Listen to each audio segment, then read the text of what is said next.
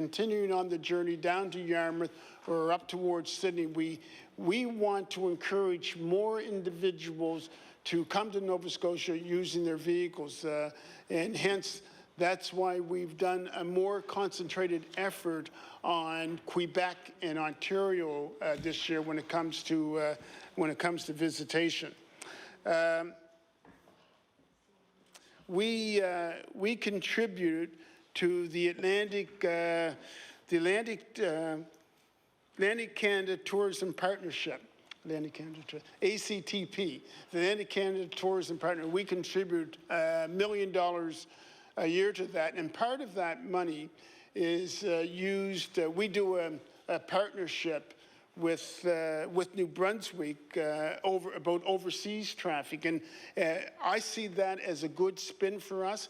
I think in Germany, I think we're up with Germany visitation, but I think that's a win for us because and that goes to the Halifax Stanfield International Airport, because we are the largest international airport in Atlantic Canada. So I think that's all of a bonus and a plus to us. So we are concerned about tourism. We are looking to increase the numbers, Yarmouth included, Cape Breton included, and all points in between. Matt, why not? Member for Cape Breton North. So you said there was an increase in tourism last year in Yarmouth, but if I recall, last year in Yarmouth we had 2 major sporting events that would have filled hotels in that area for the 2 weeks that they were on. There was $1 million injected into a hotel that was there to make sure it stayed open and had the upgrades. So I'm talking since the ferry closed, since the ferry stopped, what are the numbers? Not last year compared to the year before, because the year before it was down because of that. I want to know the numbers since the ferry closed, what the percentage of was and how tourism was affected by.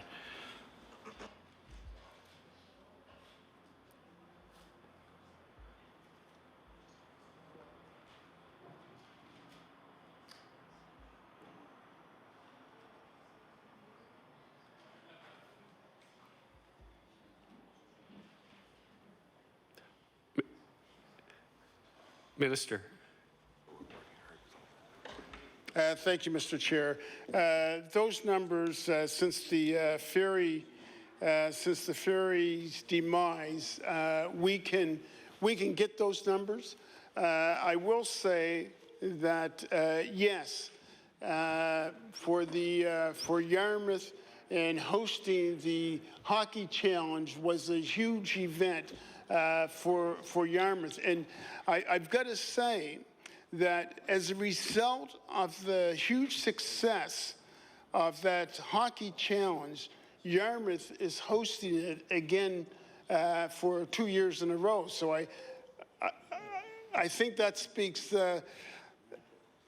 volumes for Yarmouth as a host, and for us not to invest in the rod would have meant that championship was not going to take place. They are connected. Yarmouth is I don't know if I want to call it unique, because I think every place in Nova Scotia is unique in its own right. But certainly one of the things that Yarmouth and we here in Nova Scotia have going for us when we host events, such as whether it be the Hockey Challenge, as Yarmouth hosted, or anything that we host, what makes it so impressive are the volunteers that come out and volunteer for these events, the attitude of the people, of the host community, wherever the host community may be, what people are so enthused about when it comes to Nova Scotia are its people. You know, we have so much to offer, so much to give, and it just reminds me of the story when it comes to tourism, and when Vancouver hosted the Winter Olympics, and how popular the Atlantic Canada Pavilion was, especially on Nova Scotia night, and how people waited for hours in Vancouver just to get inside the Atlantic Canada Pavilion just to be part of Nova Scotia night, because they were assured of a number of things. One, first and foremost, is they were assured that they were going to have a good time. They were going to have a good time because it was an event that was going to be hosted by Nova Scotians, and nobody in Canada parties better than Nova Scotians.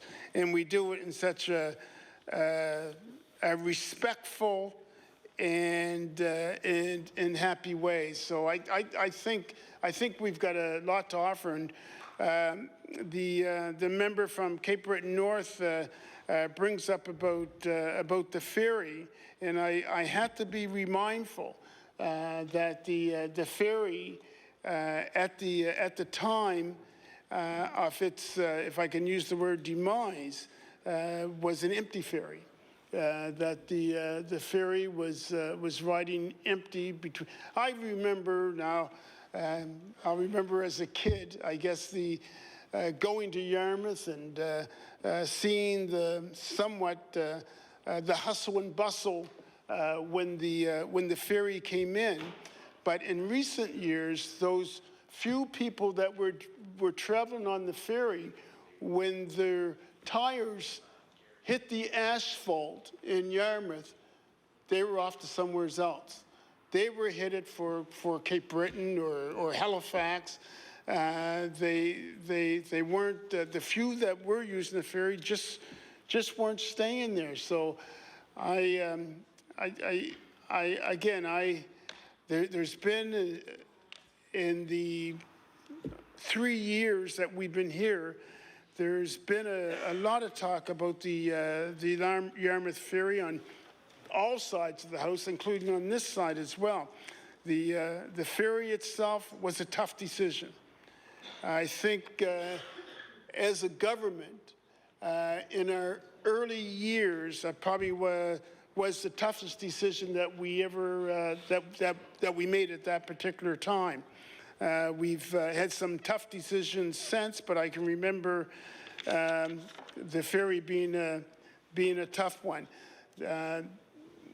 I know that I've spoken to individuals from Yarmouth who often talk to me about tourism. They talk about tourism. These are Yarmouthtonians who talk about Yarmouth being branded as a tourism destination, or rebranded as a tourism destination, and that there's got to be drawing cards for tourists to go visit an area. And so they've spoken to me. There are some that live and die about the lack of a ferry service in Yarmouth, and there's some individuals that no matter what I say, no matter what I do, is that they will believe that the sun rises and sets on a viable ferry service for the town of Yarmouth. I think that Yarmouth has a lot going for it. I can remember vacationing there with a young family and just enjoying the beaches. There was a particular campground that I used to go to. It's got a lot of attractions, and I often say jokingly, one of the attractions for Yarmouth is the Frenchies, and how I know many people that go on a Frenchies run with destination is Yarmouth. And I'm saying, well, is there any way we can piggyback on that? And the member from Shelburne, the Minister of Fisheries and Agriculture, saying that there's 2 Frenchies there. Already he knows more about the Frenchies run than what I do. So I often wonder where he was getting his threads at. You know, I appreciate what the member is concerned about Yarmouth, and I think we all are. We're concerned about Yarmouth, and we are concerned about Cape Breton.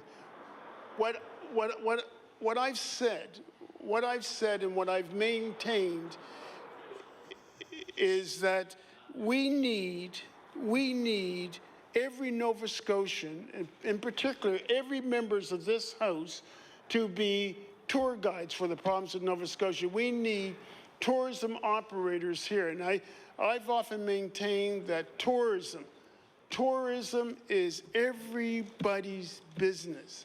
And I recall just coming out of my office, my Halifax office, on Hollis Street, and if I see a group of individuals there with a map out, I assume that they're looking for directions, and I walk up to them politely and say, "Are you lost? Are you? Do you need directions?" If I've been walking through the Grand Parade, and I've seen people in the Grand Parade taking photographs, and I ask, "Look, would you like me to take that picture so you can get into it?" And so I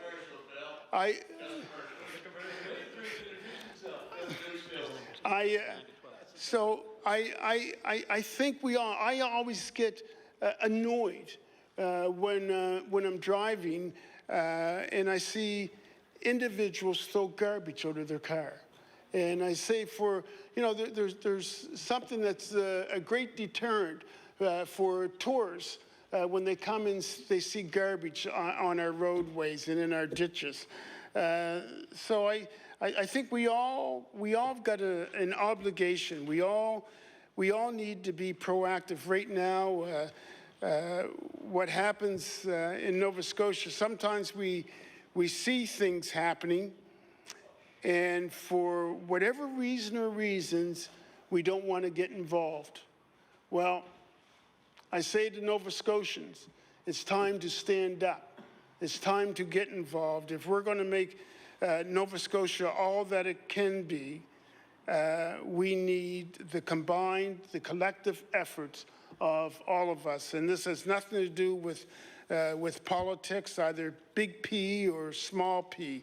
It's about growing the Nova Scotia economy and making Nova Scotia a better place for all of us. A $2 billion industry that we can't afford to let it's actually, when I think of the tourism industry, and I don't want to compare, but I can make a comparison to other industries we have in Nova Scotia, from fisheries to the forestry to manufacturing to whatever. And I think statistics will show how important the tourism sector is to us and is to Nova Scotia. The member for Cape Breton North. I guess you must have misunderstood my question. I asked what the numbers, we were quick to get the numbers about last year's tourism being up in Yarmouth area. I asked what the numbers were since the ferry closed. Are the tourism numbers up or down?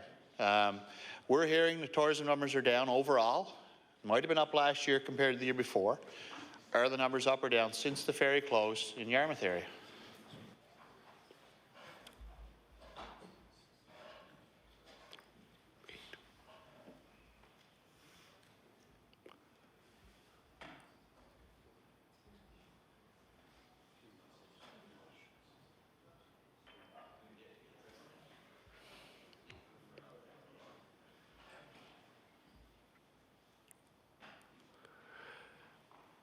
I recognize the minister with 8 minutes remaining.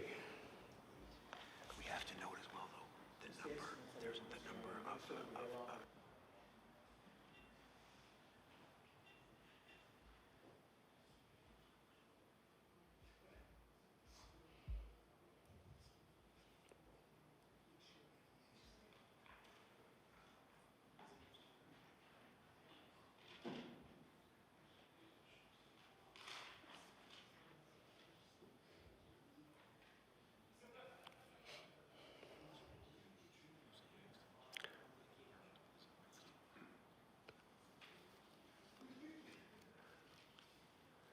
Minister. Thank you, Mr. Chair. If these aren't the right numbers, well, you know, we're going to ensure that you do get the right number. I'm going to give you some more numbers.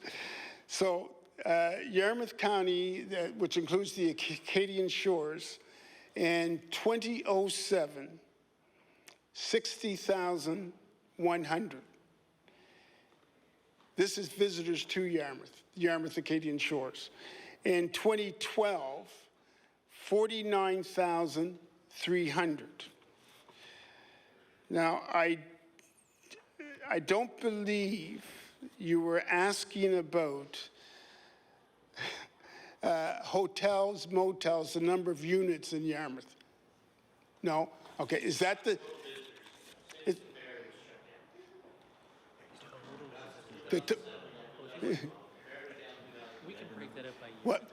What we can do is we're going to break this out by year for you, and look, you'll get that before.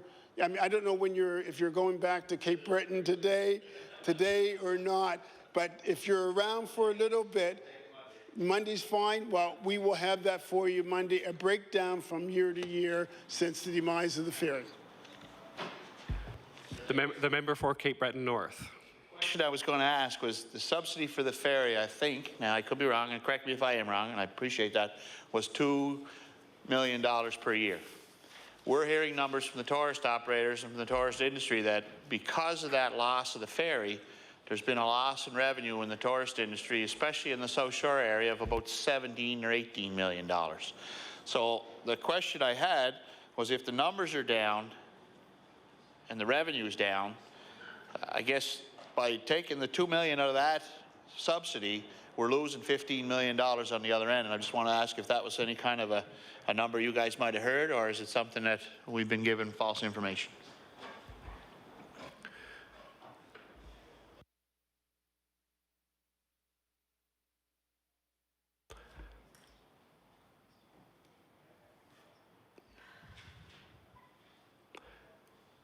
Minister. Thank you, Mr. Chair. And again, in the last year of operation, the subsidy to the Yarmouth Ferry was $7 million, and that was projected to increase in the out years. So in the last year, it was $7 million. And I don't have at my fingertips in any of my notes the cost of the subsidy to the succeeding years, but again, we can get that information to you. But the last year of operation, the subsidy was $7 million, and that was projected to increase in future years. And the ferry operator at the time was in the process of trying to negotiate future costs and what the increase would be, but also for the length of the agreement as well. The member for Cape Breton North with 4 minutes left. Okay, because even if it's $7 million and there was a $17 million spin-off from it, we hear, and we've heard every day in here in this chamber, that the spin-off from the 200 jobs that are developed or created in Stern equal 1,400. The jobs that are going to be created because of the Irving Shipyard are going to be 1,200 or 11,500 for the 1,000 jobs you created. So the spin-off from the ferry being there on the effect of the tourism, there'll still be a $10 million gain, I guess, to the tourism industry. And we just did hear about the problem with people when they get off the ferry, when the tires hit the road, they were heading to places like Cape Breton or the Annapolis Valley. But if those tires aren't hitting the road, they're not heading to those areas. And I've heard from tourist operators as far as Cape Breton that their bus traffic was down. And a lot of that bus traffic was traffic that came across on the Yarmouth Ferry that ended up being part of the tourism industry in Cape Breton, doing the Cab Trail, a beautiful section of the province, doing Lewisburg, and getting into areas that if they go around the other way and through Richmond and Lewisdale, which are all beautiful parts of Cape Breton Island. But without those tires hitting the road, Those people aren't getting into into those areas, and they're not probably coming. Once they get to Halifax, if they drive around, some people just won't go 3 hours one way or 4 hours the other way. So I guess my question would be, we're now looking at providing an operator, looking at securing another operator for the Yarmouth Ferry. But I guess my question is would it be how beneficial was it to close one operation before we can start another operation if we're losing $10 million a year in tourist revenue?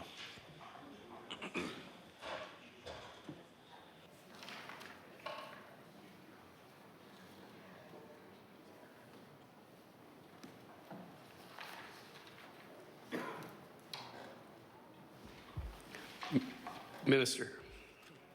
Thank you, Mr. Chair.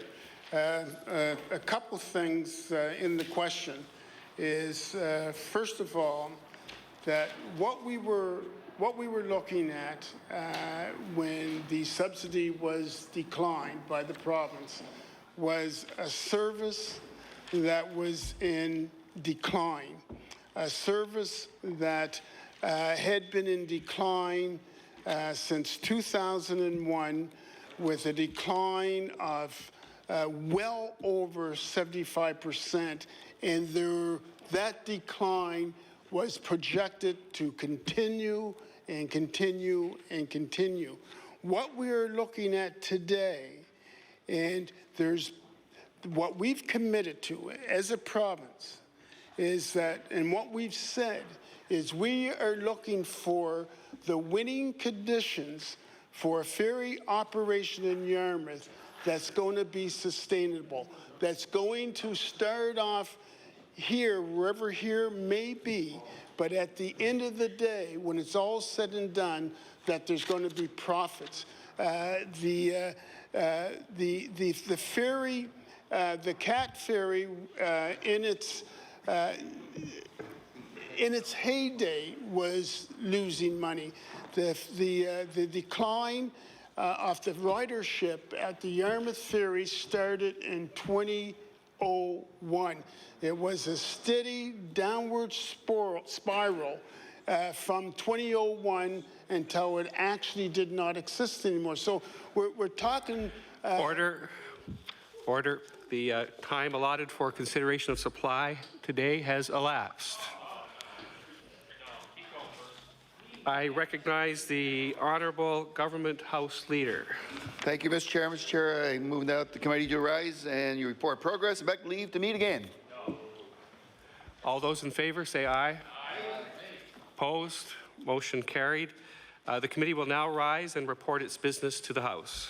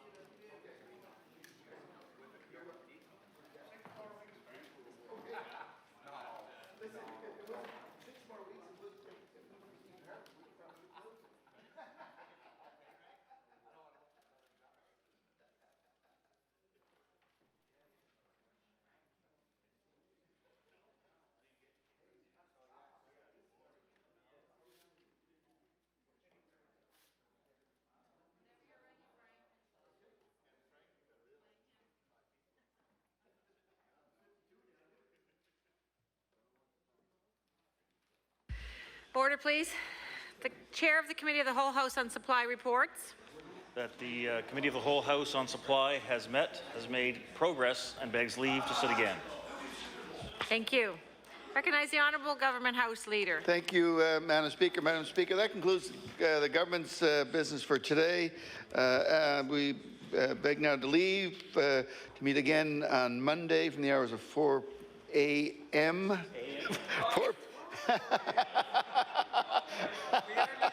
You were listening. You were listening. You know what's interesting, Madam Speaker, the Cape Bretonners caught it. I don't know these other people, these mainlanders, they didn't get it. Madam Speaker, I wish you would now rise to meet from the hours of 4 p.m.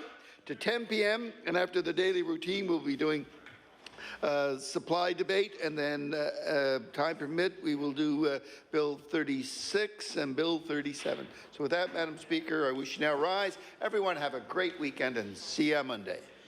Thank you. The motion is that we do now rise to meet again Monday, April the 15th, between the hours of 4 and 10 p.m. All in favor say aye. Aye. Those opposed, nay. The motion is carried. Have a great weekend, everyone. We stand adjourned.